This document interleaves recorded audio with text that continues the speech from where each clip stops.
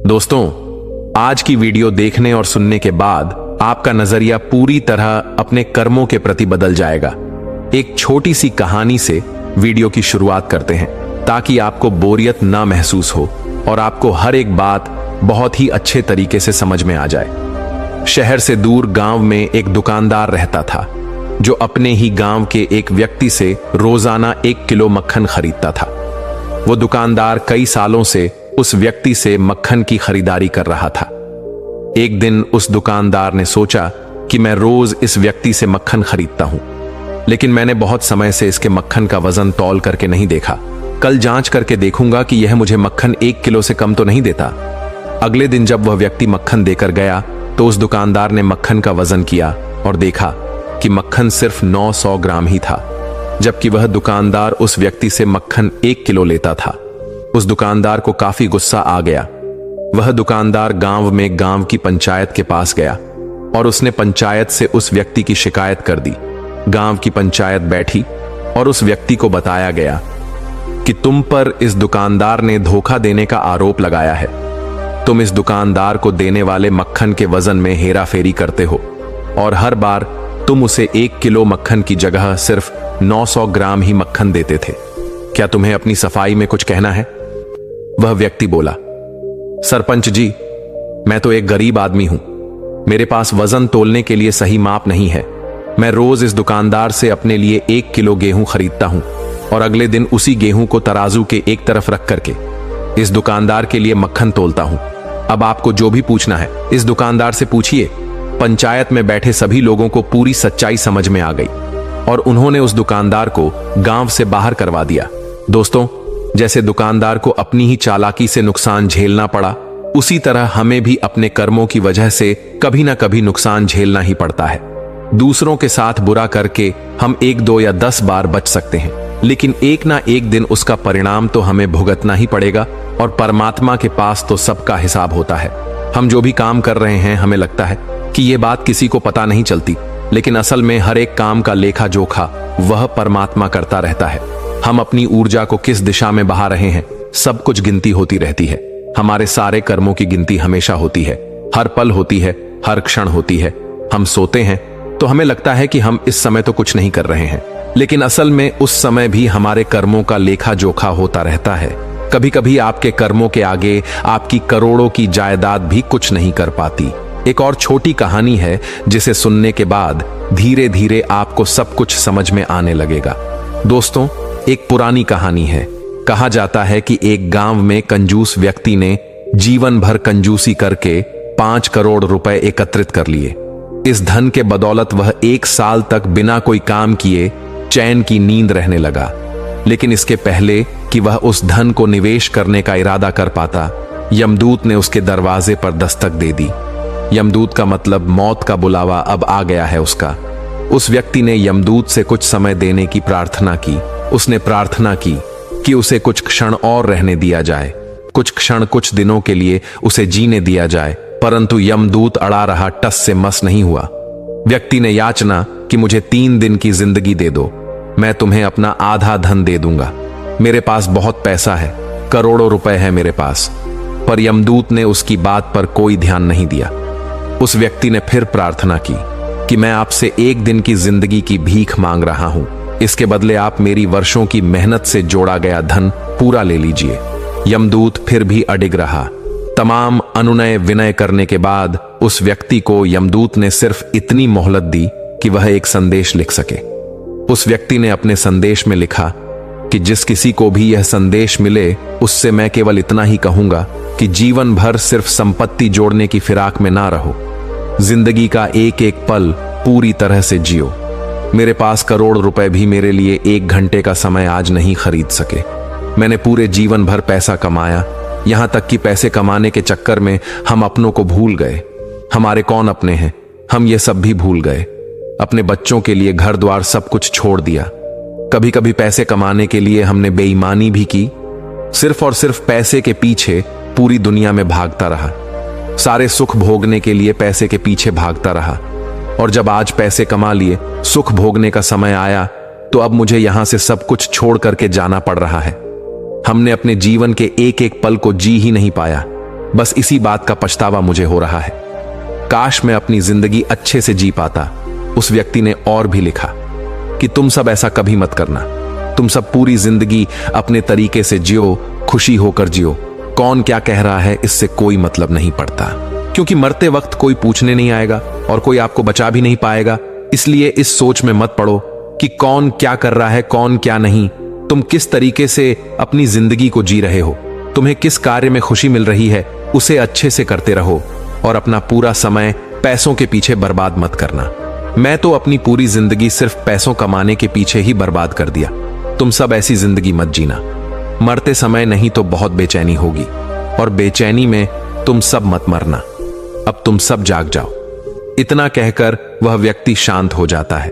दोस्तों, लोग बहुत आसानी से बोल देते हैं कि भगवान ने गलत किया है हमारे साथ उसने ऐसा क्यों किया, परमात्मा ने हमारे साथ ऐसा खेल क्यों रचा। भगवान ने नहीं किया, बल्कि हम जो दुख भोग रहे हैं वही हमारे कर्म हैं, क्योंकि कर्म लौट कर आते हैं। ये बहुत कड़वी सच्चाई है। हमारे शरीर में चेतना आत्मा से है। ये शरीर चल रहा है, बोल रहा है, हंस रहा है। जितनी भी प्रक्रिया हो रही है सब आत्मा की वजह से है। और ये बात तो आपको पता ही होगा कि आत्मा कभी नहीं मरती, मरता है तो ये हमारा शरीर। आपको पता भी नहीं होगा कि आप पता नहीं कितने जन्मों से सिर्फ चोले बदलते आ रहे हैं। आत्मा एक शरीर से दूसरे शरीर को धारण कर लेगी। शरीर तो बदल जाएगा, लेकिन अंदर आत्मा जो है वह कभी नहीं बदलती। जैसे हम एक वस्त्र को उतार करके दूसरा पहनते हैं, ठीक उसी प्रकार आत्मा भी यह शरीर बदलती है। जब हम एक कपड़े को पहनते हैं तो शुरुआत में हमें बहुत अच्छा लगता है। हम सोचते हैं कि यह कपड़ा कभी ना फटे, कभी गंदा ही ना पड़े।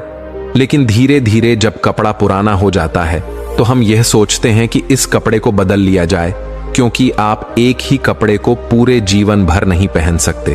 आपको उसे बदलना ही होगा। एक वक्त पर तो आपको वह नया कपड़ा बहुत अच्छा लगेगा, लेकिन धीरे धीरे वह कपड़ा समय के साथ साथ आपको बेकार लगने लगेगा और आपके मन में आने लगेगा कि अब इस कपड़े को बदल करके कुछ दूसरा कपड़ा लिया जाए। अब यह कपड़ा पुराना हो गया है। दोस्तों, ठीक उसी प्रकार आत्मा भी हमारे शरीर के साथ यही करती है, लेकिन इंसान यह भूल जाता है। वह सोचता है कि आत्मा पूरे जीवन काल इस शरीर में रहे और लंबे लंबे समय तक वह युगों युगों तक इसी शरीर में जीता रहे, और यह इंसानी शरीर कभी मरे ही ना। ऐसा तो कभी हो ही नहीं सकता। जब आप एक ही कपड़े को कई सालों तक नहीं पहन सकते हैं, उस कपड़े को पूरे जीवन भर नहीं पहन सकते हैं, तो आत्मा कैसे एक शरीर को कई सालों तक या फिर पूरे जीवन भर या फिर युगों युगों तक उसी शरीर में कैसे रह सकती है। उसे भी शरीर को बदलना होता है।